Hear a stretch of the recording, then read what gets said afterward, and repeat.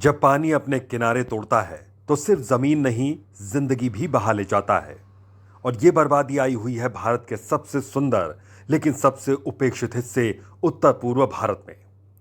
मिजोरम, मणिपुर, असम, अरुणाचल, त्रिपुरा, हर तरफ तबाही का मंजर। लेकिन सवाल यह है कि बाढ़ आने के बाद क्या हमारी सरकार, मीडिया और देश की नजरें भी यहां तक पहुंच पाईं? इस बार की बाढ़ कोई मामूली नहीं थी। असम के लखीमपुर, धेमाजी, काछार और सिलचर जैसे जिलों में 15 से 20 फीट तक पानी भर गया। हजारों घर तबाह हो गए, खेत पूरी तरीके से डूब गए और बिजली पानी की व्यवस्था ठप हो गई। अरुणाचल प्रदेश में भूस्खलन ने हालात और बिगाड़ दिए। ट्विटर के बदले नाम एक्स पर आसाम फ्लड्स ट्रेंड क्यों नहीं कर पाया? बाढ़ के बाद सिर्फ दीवारें नहीं गिरती, सपने गिरते हैं, स्कूल बंद हो जाते हैं, अस्पताल पानी में बह जाते हैं और सबसे ज्यादा प्रभावित होता है बच्चे और बुजुर्ग। एक स्कूल जिसकी इमारत गिर गई, अस्पताल जहां दवाइयां बह गईं। अंधेरा था, लाइट भी चला गया था। जैसे वो खबर आया ना कि डैम टूट गया है, अब नदी बढ़ के आ रहा है तो लाइन भी काट दिया गया क्योंकि शॉर्ट सर्किट होता है। कितना दब के मर गया है यहाँ पे बाजार में, सिंघम बाजार में तो पूरा अभी भी निकल रहा है, जितना वो बालू निकल रहा है, अभी भी लाश वगैरह निकल रहा है। बाजार में दुकान था मेरा, वो भी खत्म हो गया है। वही से चलता था मेरा घर, वो भी खत्म हो गया है। तब हमको सीलिंग के ऊपर चढ़ा दिया ना, उस समय मैंने आवाज़ बहुत दिया। वो समय में मेरा जो गोरू सब फट गया था, सब ऐसा हो गया। वो टाइम में भी मैंने आपको सांस लेने का भी मेरा में हिम्मत नहीं था। वो उस टाइम में मैं अपना बीबी का पुकारा हूँ, कहाँ बोल के इतना मैंने नाम 1 घंटा तक मैंने पुकारा, आवाज़ कोई नहीं मिला।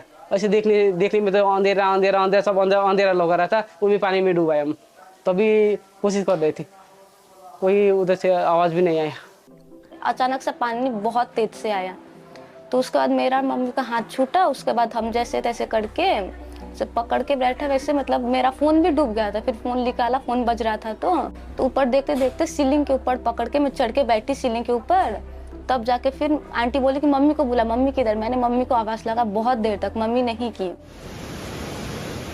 असम राज्य आपदा प्रबंधन प्राधिकरण यानी कि ASDMA के रिपोर्ट के मुताबिक 21 जिलों में आई बाढ़ और बारिश की वजह से 6.33 लाख से ज्यादा लोग प्रभावित हुए हैं। रिपोर्ट में यह भी कहा गया कि 21 जिलों के 1506 गांव में 14,739 हेक्टेयर से ज्यादा फसल भूमि भी प्रभावित हुई है। असम में कई जगहों पर ब्रह्मपुत्र और 6 अन्य नदियां खतरे के निशान के ऊपर बह रही हैं। मणिपुर में बाढ़ की वजह से 56,000 से ज्यादा लोग प्रभावित हुए हैं और 10,477 घर क्षतिग्रस्त हो गए। नदियों का उफान पर होने की वजह से राजधानी इंफाल के कई इलाके और इंफाल पूर्वी जिले पानी पानी हो गए। नदियों का पानी इन इलाकों में भर गया है।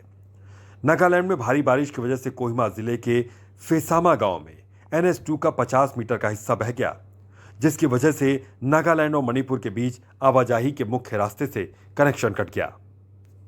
हालात इतने खराब हो गए हैं कि मणिपुर जाने वाले 100 से ज्यादा माल लदे ट्रक रविवार से सड़क पर ही फंसे हुए हैं, क्योंकि आगे बढ़ने के लिए रास्ता ही नहीं है। पिछले 100 दिनों में अकेले मिजोरम में 600 से ज्यादा लैंडस्लाइड की घटनाएं हुई। हालांकि त्रिपुरा, मेघालय और नागालैंड की बाढ़ की स्थिति में सुधार जरूर देखा गया है। आम लोगों ने मोर्चा संभाला। गुवाहाटी की एक युवती जो रोज 200 लोगों को खाना खिला रही है। मणिपुर का एक शिक्षक जिसने अपनी नाव से 50 बच्चों को बचाया। बाढ़ का असर सिर्फ घरों तक सीमित नहीं, ये एक राज्य की पूरी अर्थव्यवस्था को तोड़ देता है।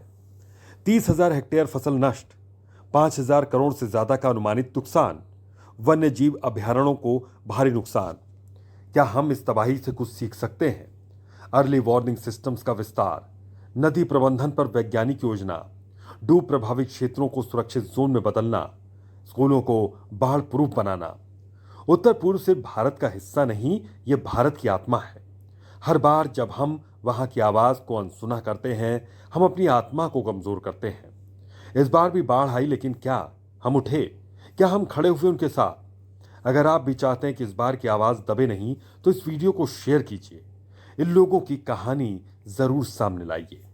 नॉर्थ ईस्ट को सिर्फ हमारे प्यार की नहीं, हमारे समर्थन की भी जरूरत है। जय हिंद।